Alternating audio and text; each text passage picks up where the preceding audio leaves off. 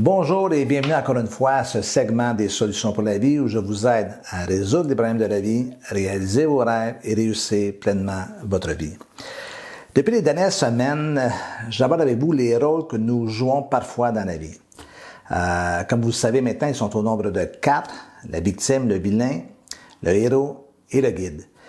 Ce n'est pas tant que nous voulons jouer ces différents rôles, autant que nous nous retrouvons en train de les jouer parfois à notre insu. À date, nous avons vu 2 rôles, celui de victime et celui de vilain ou du méchant. Le rôle de victime se manifeste davantage par une forme de pensée, ce qu'on appelle la mentalité de victime.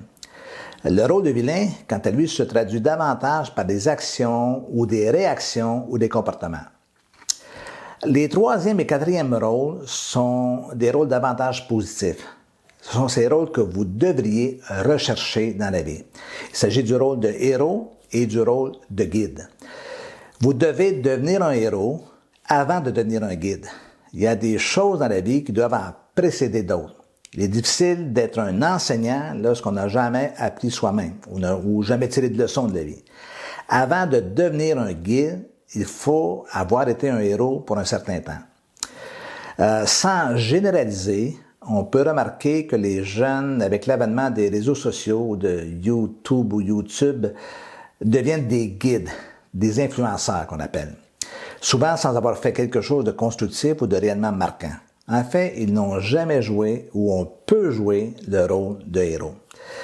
Un héros participe à une cause. Il y a des héros dans les familles, il y a des héros chez les femmes, il y a des femmes héroïques, il y a des maris héroïques, il y a des épouses héroïques, il y a des pères héroïques, des parents qui sont des héros envers leurs enfants. Il y a des héros dans la communauté qui travaillent à améliorer le sort des gens autour d'eux. Il y a des héros dans toutes les églises qui font un travail inestimable. Il y a des héros bien visibles et des héros tout à fait anonymes. Plein de héros nous entourent. Mais en fait, que font ou que sont ces héros? Premièrement, vous devez savoir qu'on ne naît pas héros, on le devient. On le devient au fil des événements qui prennent place dans notre propre vie. Être héros est une façon de voir la vie, mais aussi de se comporter au sein des circonstances et des événements, au travers même de nos relations. Les héros ont des objectifs clairement définis. Ils savent ce qu'ils veulent et savent ce qu'ils doivent faire. Ils ont un agenda, un plan de match pour leur vie, quelles que soient leurs conditions. Nous ne sommes pas un héros pour nous-mêmes, mais pour les autres.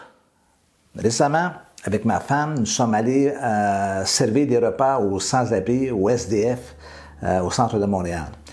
Nous avons joué l'espace d'un instant le rôle de héros envers des personnes plus démunies. Mais mon point n'est pas là. Surtout, ce que je veux vous démontrer, c'est que j'y ai rencontré des bénévoles qui jouent le rôle de héros chaque semaine par compassion pour leur prochain. L'agenda du héros est centré sur les autres. Cela peut se manifester dans la famille, encore une fois, à l'école, au travail, dans le sport, dans la communauté, à l'église, peu importe le lieu et peu importe l'endroit.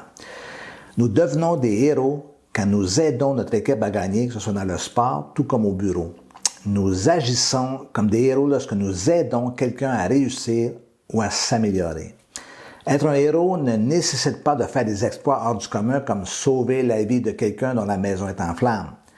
C'est saisir des occasions à notre portée pour encourager, aider, réconforter, pour partager. Cela étant dit, les héros doivent anticiper les défis et non les fuir. Ils doivent s'attendre à ce qu'il y ait des moments difficiles, des obstacles, des gens qui s'opposent à eux. Ça ne sera pas facile. Ce n'est jamais facile, ces moments-là.